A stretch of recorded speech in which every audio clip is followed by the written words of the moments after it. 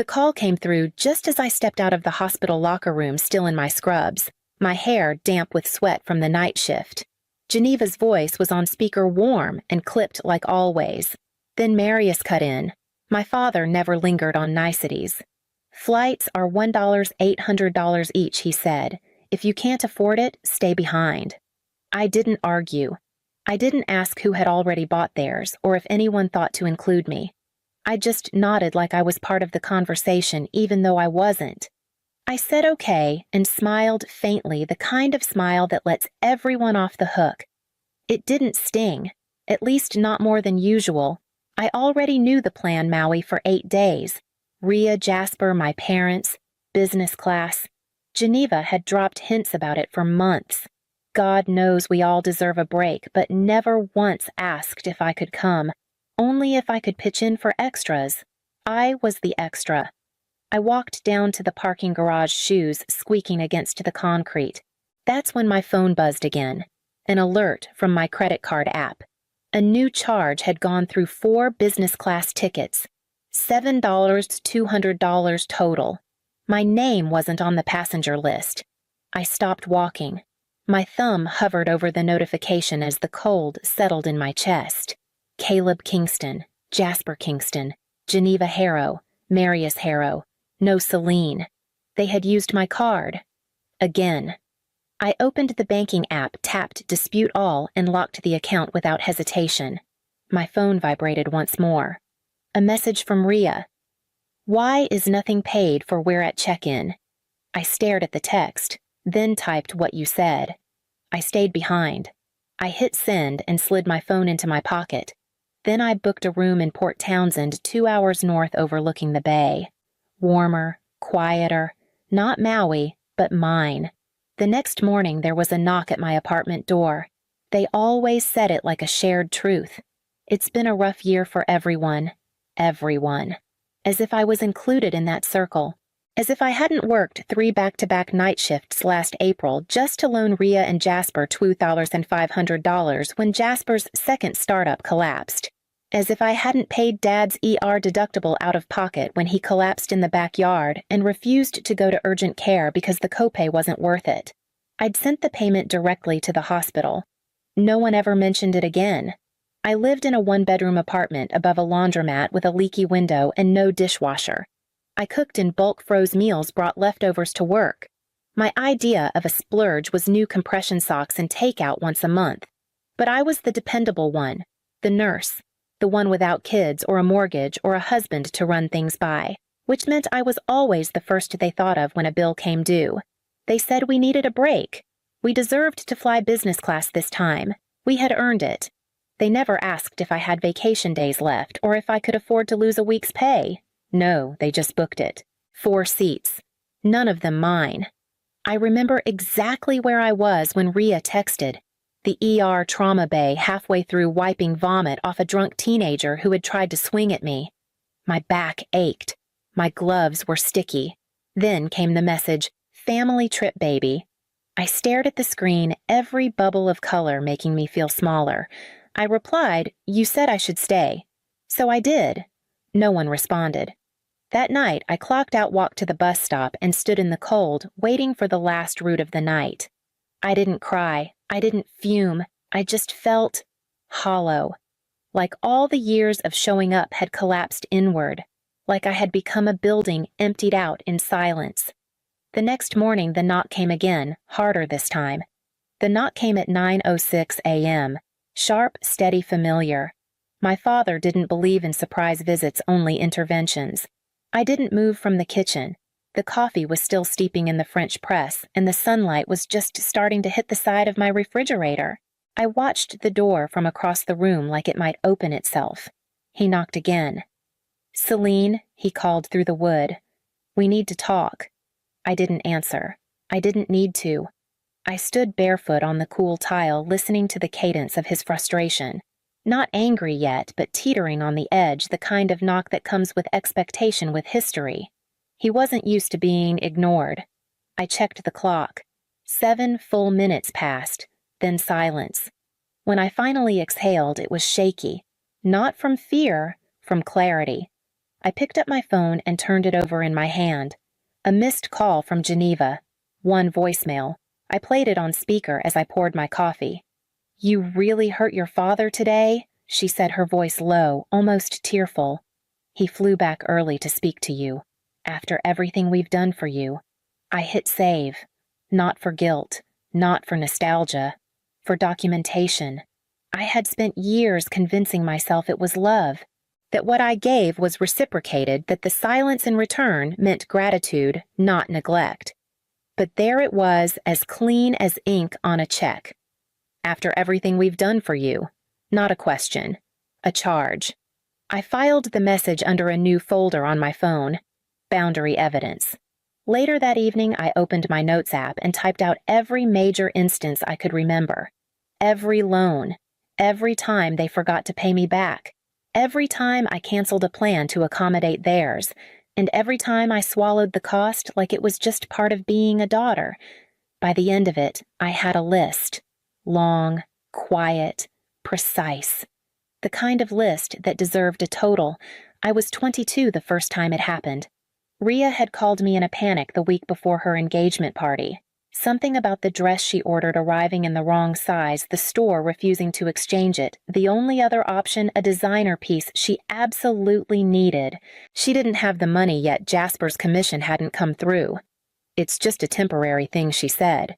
"You work in scrubs. You won't even notice the charge." I handed over my card. I was still in school balancing clinical rotations and part-time shifts at the pediatric urgent care. I told myself it was fine, that she'd pay me back when the engagement gifts rolled in. She never did, and I never brought it up. A few years later, Dad called. He wanted to renovate the kitchen before retirement, said it was a smart investment, would raise the house's resale value. He asked me to co-sign a small loan, just a short-term thing, he promised. "It's not even for us," he said. "You'll inherit it one day." They refinanced the house twice after that. The money didn't go to tile or countertops. It went to cover the hole Jasper had burned through his second business attempt. I found out only because a tax notice arrived at my apartment addressed to me, flagged for lien risk. I called Dad. "It's complicated," he said, but it wasn't. It was just a pattern. I had become the fallback plan, the invisible support beam no one saw until I wobbled, the nurse, the unmarried one. The one with a stable income, no dependents, no partner to veto financial decisions. The flexible one. The understanding one. Every favor had started with a compliment. "You're always so reliable, so thoughtful, so responsible." And each time I said yes, they took it as proof I would never say no. By the time I hit 30, I had stopped keeping track of the little things: grocery runs, surprise babysitting subscriptions on my card. They never canceled. It was easier to pretend it didn't matter, until I sat down last week and wrote it all out. The list didn't lie, but if they weren't going to treat me like family, then maybe it was time I stopped paying like one. I sat at my desk with a calculator, a spreadsheet, and a headache that had been building for a decade. First entry, $600, the dress Rhea swore she'd pay back for her engagement party, then $2,500. The loan I wired into their joint account the month Jasper lost his job. $800 for business class tickets to Maui. I hadn't booked them, hadn't even been asked. $800 Dad's ER deductible when he refused to go to urgent care because he didn't want to deal with the paperwork. $420 groceries I covered when Mom said she forgot her wallet and then never brought it up again. I added a $150 late fee from the credit card company that hit after they used my card without permission. I didn't round down. I titled the spreadsheet Outstanding Balances Harrow Family.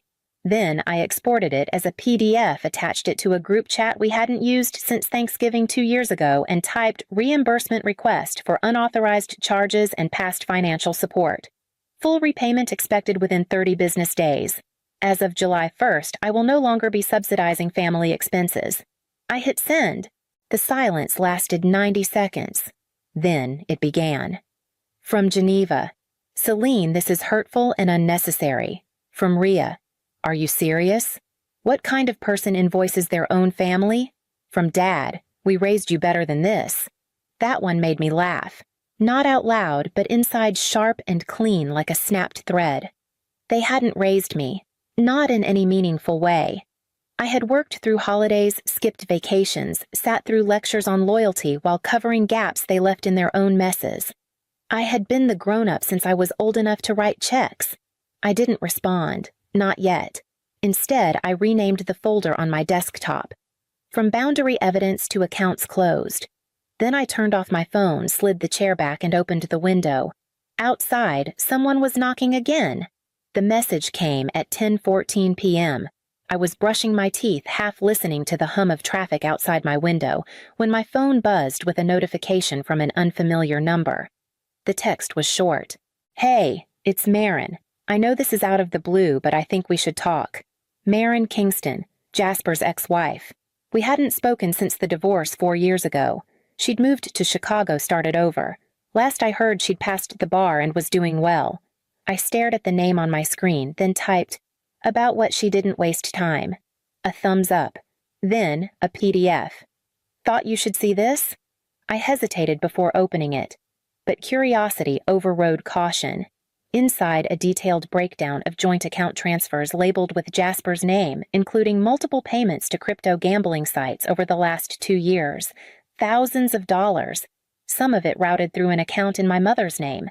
There were emails, too. One from Geneva to Marin. "Please don't report this. We're handling it. Celine doesn't need to know." And another from my father. "We'll pay it back. Don't ruin this for everyone. She's stable. She can afford to help. They knew. They knew everything. The vacations, the sudden renovations, the emergencies. They weren't just bad timing. They were cover. I hadn't just been subsidizing them. I had been laundering their panic, cloaking their recklessness in the illusion of my stability. I messaged Marin back. "Why now?" "Why tell me this?" She responded almost immediately. "Because I should have said something sooner, and because you finally did what I never could walk away. You deserved to know the truth." I sat for a long time with the screen still glowing in my hand. Then I downloaded every file and forwarded them to myself with the subject line, "In case they escalate." I didn't cry. I slept, solid, uninterrupted, for the first time in weeks. The next morning they came back. They came back the next morning. Same knock, same cadence, same silence on the other side of the door. I didn't answer right away. I finished my coffee, folded a dish towel, watched the digital clock on my stove tick forward minute by minute. Then I walked to the door and looked through the peephole. My father stood in front, arms crossed, jaw clenched. Geneva held a manila folder like it might shield her. Both of them looked smaller than I remembered. Or maybe I was just standing straighter now. I opened the door. Geneva's voice cracked first. "We need to talk." I know I said. "But I don't." Dad stepped forward. "This stunt freezing your card, sending that invoice, it's spiteful, Celine. It's beneath you." "No," I said evenly. "It's honest. You're blowing everything out of proportion," he snapped. "We didn't think it would be an issue. You always help." "Because you trained me to," I said. "You groomed me into being useful, not loved, just available." Geneva blinked, visibly shaken. "We made some mistakes, sure. But you don't have to burn the bridge." I nodded. "I'm not. I'm just not building it alone anymore." Dad stepped forward again. "You think this makes you strong? Turning your back on your own parents?" "No," I said. "But it makes me free." He opened his mouth, but I was already closing the door. Not slammed, just steady. A firm end to a sentence I'd been too afraid to finish. There was no knocking after that. No calls. No texts. For a full day, the quiet felt surgical, sharp, and precise, like something had been cut out of me, but there was no ache. Only space. I spent the evening reading on the couch, my phone face down, my laptop unopened. When I finally climbed into bed, I slept without the weight of what-ifs pressing on my chest. The stillness wasn't absence. It was air. But still, part of me knew it wouldn't last, especially when the text arrived that night. Weeks passed. No one knocked again. No more calls, no new group chats, no accidental voicemails. Just silence.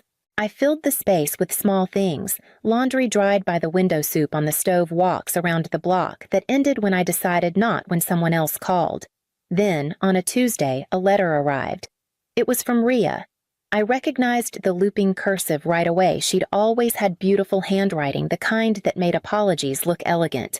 5 pages front and back, a delicate mixture of memory revision and vague regret. We all make mistakes. You took it too far. Mom cries every day. You've turned your back on blood. She saved the last line for impact. We're family. That doesn't change. I folded the pages slowly and placed them in the drawer next to Marin's PDFs. 2 days later, another envelope arrived. No return address. Inside a personal check for $770. No sticky note, no explanation. Just numbers and silence. I walked it to my desk and pinned it to the corkboard above my monitor, right next to a quote I'd printed on printer paper and cut out with scissors the week before. You are not required to set yourself on fire to keep others warm. I looked at the check again, not with anger, not even sadness, just recognition. It wasn't a gesture of healing. It was a transaction, the closing of a tab they never intended to acknowledge. A final attempt to name their own ending. I didn't cash it. Not yet.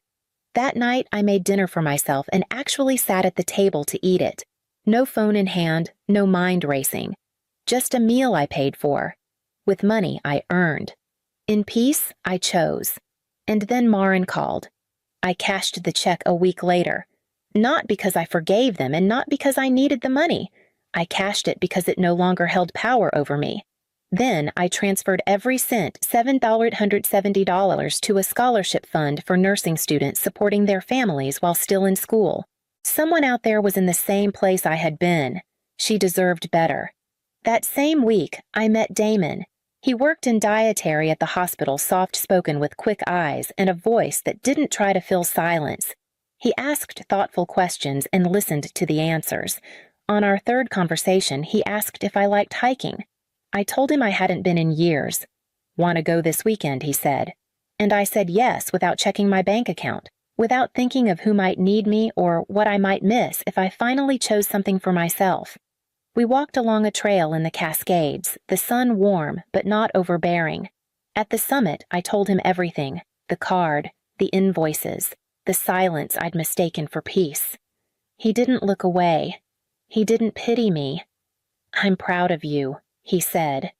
It was the first time someone had said that and meant me not what I could offer. Damon never made me earn his affection.